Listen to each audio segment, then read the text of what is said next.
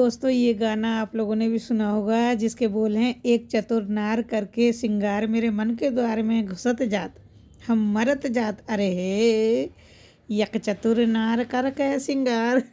याद आई आपको वो जुगलबंदी?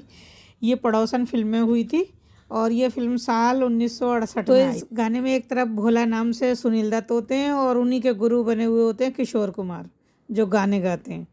तो और दूसरी तरफ होते हैं महमूद, जो क्लासिकल संगीत सिखा रहे थे सायरा बानो को, के वो बने हुए थे उस्ताद, जो साउथ इंडियन होते हैं ना, वो बने हुए थे। अरे इस सॉन्ग को मन्ना डे ने बड़ी मुश्किल से गाया था, क्योंकि क्लासिकल गाने वाला इससे देसी गाने में हार जाता है और सुर गड़बड़ाते हैं। तो सुर जो गड़बड़ाए हैं वो खुद महमूद ने गाए हैं, तब गड़बड़ाए हैं। आप लोगों ने ध्यान दिया होगा। तो आज हम बात कर रहे हैं महमूद की। महमूद का जन्म जो है वो 29 सितंबर 1933 को मुंबई में हुआ था। मुंबई में ही पैदा हुए थे। इनके पिता जो थे मुमताज़ अली नाम था उनका, और वो 40 और 50 के दशक में मुंबई में बहुत ज़्यादा मशहूर थे। वे स्टेज पर ना कमाल की एक्टिंग करते थे और डांस करते थे। उनके 8 बच्चे थे, एक बेटी महमूद से बड़ी और बाकी 6 उनसे छोटे उनके भाई थे। बहन आप जानते होंगे मीनू मुमताज़, और भाई अनवर अली भी फिल्मों में एक्टिव थे। महमूद की ज़िंदगी के बहुत सारे किस्से हैं। तो महमूद जी एक बार ना घर से भाग रहे थे, तो उनकी माँ ने उन्हें ना स्टेशन पे पकड़ लिया और बोली कि तुम घर से भाग रहे हो, लेकिन तुमने जो ये कपड़े पहन रखे हैं ये भी तुम्हारे पिता ने बनाए हैं तुम्हारे लिए, उनके पैसों के हैं। बस इतना सुनना था कि महमूद कपड़े उतारने लगे। ऐसे थे महमूद। महमूद के पिता की कामयाबी भी देखिए ज़्यादा दिन तक नहीं टिकी रही। कामयाबी के साथ साथ ना शराब का नशा भी उनके ऊपर चढ़ता चला गया और फिर सब कुछ तबाह होता चला गया। तो इस मजबूरी में महमूद और उनकी बहन मीनू मुमताज़ को ना छुटपन में ही काम करना पड़ा। अंडे बेचे, ड्राइवर बने। बाद में वो मीना कुमारी को ना टेबल टेनिस सिखाने जाते थे।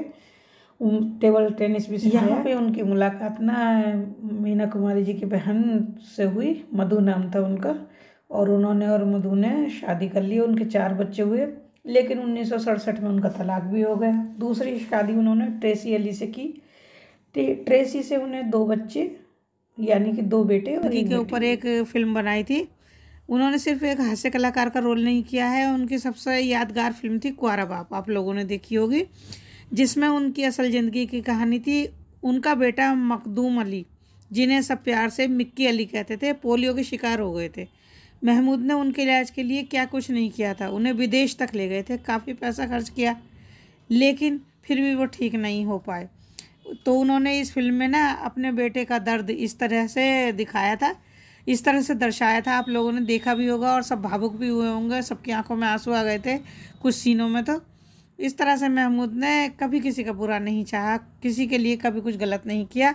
बहुत ही अच्छे हंसमुख कलाकार थे महमूद। तो शायद आपको पता ना हो कि महमूद ने जो है R.D. बर्मन को भी बतौर म्यूजिक डायरेक्टर पहला ब्रेक दिया था। किसने दिया था? महमूद ने दिया था। फिल्म थी छोटे नवाब, जो 1961 में आई थी।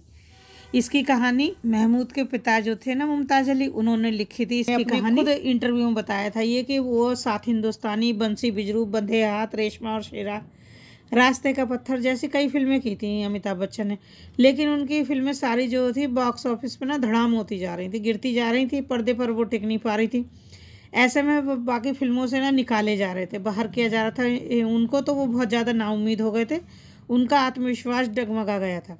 हताश निराश होकर वो अपना बोरिया बिस्तर समेटने लगे थे और पूरा मन बना लिया था उन्होंने ना कि मैं वापस चला जाऊंगा।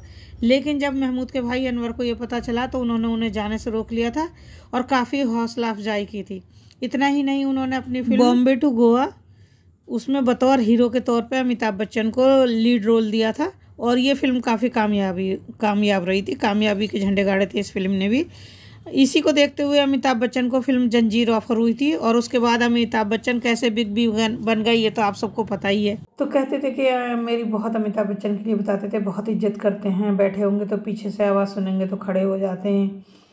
लेकिन जब मेरी बाईपास सर्जरी हुई, ओपन हार्ट सर्जरी, तो बच्चन साहब के पिता गिर गए थे। मैं उन्हें देखने उनके घर गया था, ठीक है, और उसके 1 हफ्ते बाद मेरी बाईपास हुई। तो अमित अपने पापा को लेके ना ब्रीच कैंडी जो हॉस्पिटल है वहाँ गए थे, जहाँ मैं भर्ती था। वो अपने पापा को दिखाने गए होंगे ना वहाँ पर।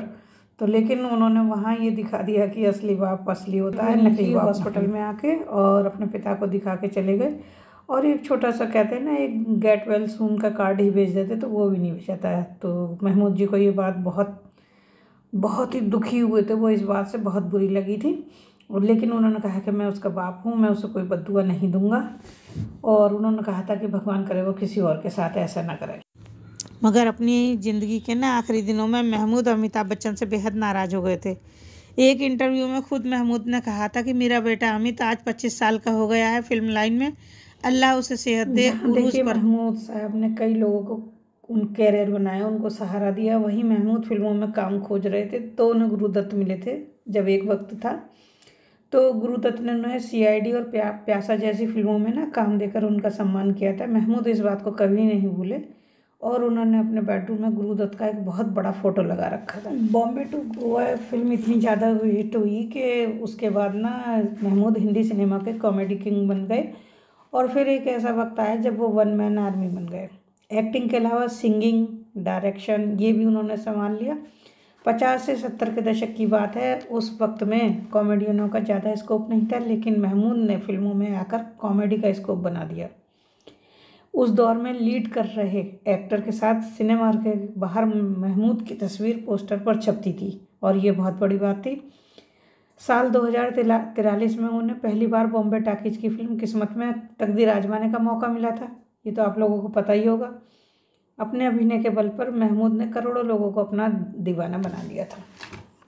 ऐसे थे महमूद, इनकी जितनी तारीफ की जाए कम है। और 23 जुलाई 2004 को महमूद इस दुनिया से अलविदा कर गए, एक महान कॉमेडियन। तो आज महमूद जी के बारे में बस इतना ही। चलिए मिलते हैं अगली वीडियो में, तब तक के लिए अपना ख्याल रखिए और इसी तरह देखते रहिए। अगर आपको मेरी वीडियो अच्छी लगे तो प्लीज़ लाइक कीजिए, शेयर कीजिए और मुझे सब्सक्राइब भी कर लीजिए। मिलते हैं अगली वीडियो में, तब तक के लिए नमस्कार।